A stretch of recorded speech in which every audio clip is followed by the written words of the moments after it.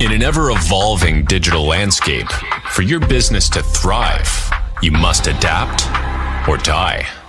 Welcome to Marketing in the Age of AI, the podcast helping you harness the power of AI and marketing tools to revitalize and grow your business. And now here's your host, marketing expert and author of Authentic Marketing in the Age of AI, Emmanuel Rose.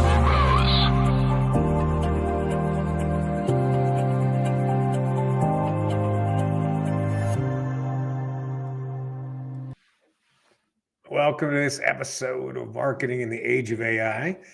Today we are talking one of my favorite topics right now, which is what it looks like to update and create content so that the generative engines can find you, or answer engines can find you. And what I like to call GEO, it's a outgrowth of SEO, and some people call it AEO, but as it continues to mature, we will probably end up with one cohesive term, and our guest will probably have some opinions about that today. I'm going to be joined by Daniel Horowitz, who's a seasoned SEO strategist with a remarkable track record at Informatica, where he leads cross-functional SEO strategies that integrate topical authority, internal linking, and AI search visibility. Daniel's innovative pilot program recently garnered over 500,000 impressions in Google AI overviews, showcasing his ability to align SEO with organizational goals. His expertise extends to past roles in which he scaled revenue-generating systems and executed successful SEO strategies for clients such as Shopify and E-Trade. Beyond the technical realm, Daniel is also a published writer and content creator, bringing a unique storytelling perspective to his work. Let's dive right in. Daniel. Thanks for having me, Emmanuel. Excited to be here. I'm really happy. Absolutely. Well, you know, we take what you write, we go to your LinkedIn, we go to ChatGPT, and we make a big stew out of it. So. Hey, man, sounded great to me. So. Well, I love it. You and I, we share some things in that we're both writers. I have a series of children's books, and so not quite comics, but in a similar vein of simple but yet still powerful storytelling, right? Very cool. That's awesome. Yeah. Well, thanks again for taking some time to have a conversation. Let's start first with, is it GEO, AEO, or is it just like SEO on steroids? Honestly, I just call it AI search or AI SEO, but I've heard all the different acronyms thrown around, but I would say, you know, it's still SEO fundamentally, but there are some changes, right? And, you know, we'll get into that. So it's kind of like if SEO used to kind of be the redheaded stepchild of marketing, now it's suddenly thrown into the limelight. And I think it's a great opportunity for anyone who works in search right now. Yeah, well, I guess let's talk about a little bit about what the fundamentals of SEO are that really port over into this AI search concept.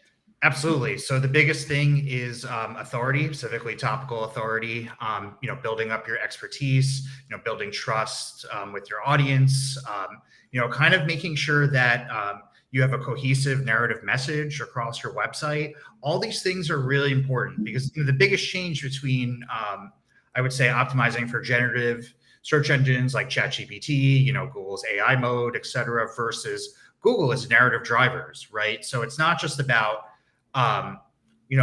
if you're showing up, right? Like, in the past you used to say, you'd have a keyword, you'd have, you would be able to go to SEMrush, Ahrefs, look up the volume, write maybe a couple articles, try to optimize toward that keyword. And there you go. Now you might show up, but you don't totally control the ways in which you show up. So you have to create these narrative drivers on not just your website, but your overall digital presence. So this is everything from YouTube to podcast appearances, TikTok even. So there's so much more to do than there used to be. Yeah, we really have seen what I call the channel explosion, right? I mean, it's so fractured from that perspective. In the old days, we just buy some some ads in the newspaper and maybe some radio ads, and it was really straightforward. Yeah. But now we really stratify it down, which is positive in that we can get very granular with how we reach audiences, but it also means you've got to continue to build on your ICPs and your ideal client profiles and really figure out what they're trying to find out through that whole process of education, and then providing it not just for them, but then also for the engines, right? Absolutely. Yeah. And you might be surprised the ways that your potential customers might be looking to find you or don't map neatly to, say, the keywords of the past. So, a big thing that people are doing now is, working with their sales teams. Generally there's been kind of like the silo between sales and marketing, right? You can go through the sales call logs, see what customers are actually saying to salespeople. And then you can kind of use that, go into these generative engines, poke around, see what's actually coming up. And that can help you optimize content as well. So that there's so many more avenues for discoverability than there used to be just, a year ago. Yeah. Now some people are talking about going back to old blog posts and rehabbing those blog posts. What do you think about that? I think there's an element of that matters. So we're doing that to add certain things like, FAQs are pretty important. I'm not saying that those are the end all to be all to drive traffic by any means, but sometimes it helps to take key concepts from the article or maybe something that wasn't covered totally fully and, add those to give additional context to, LLMs. Of course, everything LLMs can only read HTML. This is like really important. I think not everyone understands this. So if you're putting JavaScript on your site, if you're using kind of like images or things like that, PDFs, like those cannot be read. So everything has to be in HTML. So, even just going into old articles, I'm not a huge believer in, I've heard the term like chunking thrown around a lot. I'm not a huge believer in that. So what that means is like breaking everything up into like digestible, like 80 to 100 words. That kind of can actually reduce some of the context. But what you can do is just, use a better hierarchy and heading structure. So use H3s, use H4s. Like sometimes people would just have H2 sections that were just walls of text. You can break those up with headings, but that doesn't mean that you should specifically do it just for LLMs. It's just good practice in general to read things. Right. And, and I think in some ways it makes it easier to read for the humans too, especially if you build out a summary at the beginning and then the FAQs at the bottom, and it makes it a little more dynamic for the humans to read too. Definitely. And even, adding things like call out boxes into them, make sure they're in HTML, of course, but like call out boxes in the middle of things just to like, hit a key point, trying to do things like defining what you're really saying in the beginning of an article. So, for example, like if you were running, let's say a cooking blog, you'd be like, oh, my Nona's recipe, back in the day, blah, blah, blah. But, you could weave some of that storytelling into your article, but end of the day, people just want a lasagna recipe, right? So like, you want to make sure that you hit that up front. Yeah, that's interesting. What about on the LLM.txt file? Where do you fall on that one? Those are not impactful. I wouldn't use them. I think there's this whole cottage industry of like, this is why I don't love the term like GEO, because not to say there are legitimate differences between SEO and AI search, but I think there's this whole cottage industry that's come up of like these GEO strategists who've never done SEO in their life. And suddenly in the last year, they're the biggest experts on how to optimize for LLMs and things like that. And that's just one service that's been sold. Yeah, it's interesting. What is it? What do you love as your favorite tactic or technique right now in this period of discovery for AI search? You're gonna laugh, but honestly, working cross-functionally is like the best thing, because I think SEO, has kind of always been like the janitor in the closet kind of role. I've been in the industry for 10 years. Prior to working at Informatica, I worked at an agency. I ran my own, the link building department, so like almost kind of like a mini agency outside of their agency, and that was fun. But you were just so siloed from everything else, right? So now, like, I work with product marketers, I work with the web team, I work with the growth marketing team. So, I work with the campaigns team, and just to like make sure those, narrative drivers are really aligned on the website. I think that's awesome. I think it's awesome that the anyone who's in search marketing, this is a huge opportunity to really, kind of jump on this AI search bandwagon, so to speak. Not to say that it's illegitimate to do that, but just that there's so much more attention being put on the field of search in general, because search is ultimately like wherever you find information, right? So that could be YouTube, like TikTok, and anywhere. It's not just on your website anymore. Yeah, that's interesting. Well, break down a little bit if people aren't familiar with this idea of narrative drivers. Just explain a little bit about 3 or 4 steps in that process. Yeah, absolutely. So I'll actually give you a great example at Informatica. So Informatica has been around for like 30 years. So in the tech industry, it's a dinosaur, right? Sure. So traditionally was known as an on-premises solution, and in the last 5 years has moved to their cloud-based solution, IDMC. So, we've done a lot of research into using SEMrush's AI SEO toolkit to see, not just how often we're showing up in prompts, but how we're showing up, right? Sure. So we found that our on-premises solution is mentioned at like a 4-to-1 ratio of our cloud solution. This is not good, right? Because we're in the enterprise business. We really only get one shot at this, right? So if someone's doing some deep research into us and they find, Informatica has outdated, they're an on-premises solution, why would I go with them? That's not true. But if they're getting that information from the LLM because there's 30 years of web pages, not just on our own website, of things talking about this, then that's going to be the perception they have. So a lot of what we're working on right now is not just to show up, in a broad, like as much as possible, but how we're showing up. And so, then you're starting with the website as the first place for that narrative driver? The website is the first thing. So we're going to a lot of our pages that talk about on-premises, especially huge problem in like our documentation, for example. There's 30 years of documentation, right? So we're going in and making changes to this, adding language that makes it clear that we offer IDMC, the cloud solution, not our on-premises Power Center solution.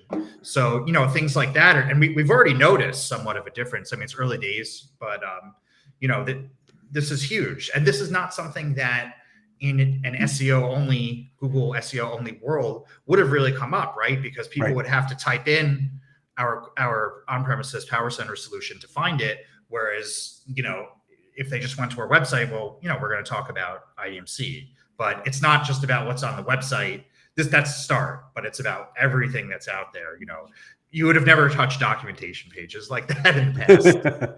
Right. And so let's see. So you got your website, you got all the social media reservoirs, probably some PR. Are you guys using? Absolutely. Yep. We're definitely do some PR. Luckily, like we're, a mid-sized enterprise company. So like the, being able to get like our CEO on CNBC or something like that is possible. It's happened, writing for Fortune or major magazines. And, we can talk about this. We can talk about our journey to the cloud. So the more things that are out there that talks about that in the specific narrative driver way, the better.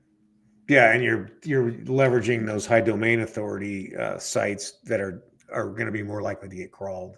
Absolutely. That's so. What else in the narrative drivers? What's kind of more of that process for you? So I would say the biggest thing is going into we've done a lot of actually technical SEO. So doing a huge crawl of some of those documentation pages I'd mentioned. So we have like over 40,000 that mention Power Center. It's a lot. So yeah. So right now I'm working with the docs team to revise all these. And holy, it's a job, man. It's a job. So that's been the biggest thing. But even for shorter wins, actually the FAQs, going into, we have a page that's about like Power Center downloads. So going in, so the search intent of that page is someone looking to download this on-premises software. And then we modified the page to, still get that intent, still capture that intent of somebody looking for it, but also adding a story to it, adding FAQs that clarify like, oh, why can't I download Power Center? What's the alternative to Power Center? And we've noticed, going to Gemini AI mode, it actually updated. If you search things around like, how do I download Power Center? It'll say, oh, Power Center doesn't exist. Like, you can use IDMC instead, which is exactly what we want to see at scale. Yeah. No, and it looks like you've done a great job telling Google what you guys are doing. And then how do you monitor? I mean, I think that's probably the easiest one to monitor. How do you manage and watch what Chat and some of the other engines are doing? So we have a tool from SEMrush called the AI SEO Toolkit, and pretty much what this does is monitors your overall brand visibility. Can see your narrative drivers. Can see where you're doing well. It could break it down by product categories, so you could say like, hey, which products are we? Do we have a lot of visibility around? Which ones do we have less? Do we want to improve this? Is this something that we really even offer? Like, in some instances, we're showing up great for something that's not a primary driver of our business. Because, the one thing that's kind of unique about Informatica is the IDMC solution is like an all-in-one data management solution, which is unique to the industry. So it's everything from like master data management to data quality, data integration, et cetera. Whereas most companies only offer one part of the stack. We have an all-in-one solution. So it's like we're kind of competing on like 8 or 9 different fronts, at any one time.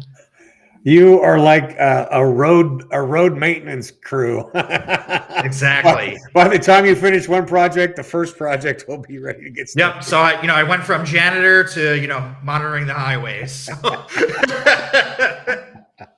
I love it. Well, what do you think? What's kind of next on your list? Because you guys are taking on this project where literally 1% of American companies are even implementing anything around this right now. So super bleeding edge. But what do you see that you're moving on to that's even farther out in terms of new tactics or new techniques? Yeah, I would say adopting the topical authority paradigm. So that topical authority is not new, right? This is how Google has been judging websites. So, just for those on the know, what topical authority is it's kind of taking a singular topic and writing on a bunch of different angles. This was kind of like a little popularized by HubSpot with like their hub and spoke model. But I think now it's a little different because you're no longer just hitting different variations of the keyword. That's kind of what it used to be traditionally. Like, let's say, you were a travel blogger and you were writing about Glacier National Park. So like you would have, your hub guide, then you would do Glacier National Park hikes, you would write about, then you would have one article on each of the different hikes. And like that would be topical authority. Now it's beyond that because now we're just not looking at the keyword, but we're looking at the narrative drivers or sentiment, things that might come up in the sales log, et cetera, things that you wouldn't find in an SEO tool because a lot of these tools are outdated, frankly. Like the way the internet works is totally different. So a lot of what we're optimizing for is something called query fan out, which what that means is basically now anytime that a search is run, an LLM, there are anywhere between like 25 and 100 searches that run in the background. Sure. And the answer is just like a kind of Frankenstein of those, 25 to 100 searches, right? So we don't have visibility into what's happening on the back end. So we just have to show up everywhere as much as possible. So just everywhere. Exactly. So, you were talking about acronyms with, SEO, GEO, et cetera. The one I've heard that I like the best with, it still uses the SEO acronym, but it's search everywhere optimization. Yeah, that's nice. Yeah. I love it. Well, if I type in the ChatGPT, Daniel Horowitz comic books, what am I going to find about you? I don't know as much for comic books because I've only published one. But if you type in Daniel Horowitz SEO, you might find some stuff. Oh, that's boring. I know. Tell me about your comic book. I did write a superhero comic for a small publisher called Cornerstone Creative Studios. That's nice. It's like a Vietnam era superhero. It's pretty cool. And I do have a graphic novel coming out. I'm working on a novel right now. So, the graphic novel might be out in, I don't know, 4 months, 6 months, hopefully. Well, that's exciting. And that gives you something to do that is a different part of your brain. Oh, yeah. And I mean, writing is my first love. I mean, that's how I got into SEO. actually was, I was writing for so many online publications after I was in college, and I'm just like, oh, I think I'm learning SEO. So, just on the on-page stuff. So I ended up working for the agency I worked at for 7 years, just like as a contractor. And then, it ended up being a great fit. Yeah, I love it. Well, I love the work that you're doing, and I really appreciate you taking some time to break down what you're doing in Informatica and how you're doing it. Absolutely. So thank you for that. If people want to get in touch with you and talk to you, how do they strike up a conversation about SEO or comic books? Yeah, so I would say I'm primarily active on LinkedIn right now. So you could just look me up at linkedin.com/in/Daniel Horowitz SEO.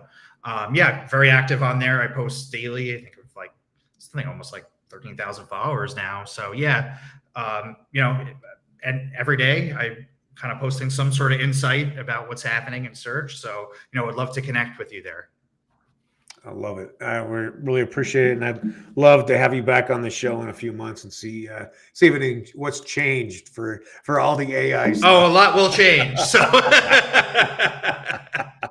we know just in the time of this interview, it's changed. True. Gemini 4 just came out. So. Right. All right. Well, Daniel, thanks again. I'm very grateful to you for your time, and I hope you have a great weekend. Thanks for having me, Emmanuel. Appreciate it. Yeah. Thank you, Daniel. Well, there's some great pearls in there around narrative drivers and understanding about how to set up your company, your brand, your personal brand around being a subject matter expert and really having the story of your company and your services across all the different platforms in a variety of ways and be in that AI search everywhere. I hope this conversation with Daniel was valuable to you and that you got some takeaways to include in your SEO, GEO, AEO projects. I also hope that you take some time to research some other AI tools that will help you get some time back from your work week. And with that time, you continue to upskill, that you spend it with your friends and family, and that you get away from the screens and get outside in nature and discover what you love to do that's creative. And that this AI revolution that we're in creates an opportunity for the second renaissance, and that we all become a little more creative in our lives. This is Emmanuel Rose, Marketing in the Age of AI. Thanks for listening to Marketing in the Age of AI. Be sure to subscribe wherever you heard this podcast so you never miss a future episode. Your copy of Authentic Marketing in the Age of AI is available at Amazon.com or EmmanuelRose.com. You can also connect with Emmanuel on LinkedIn. Thanks again for listening, and we'll see you next time.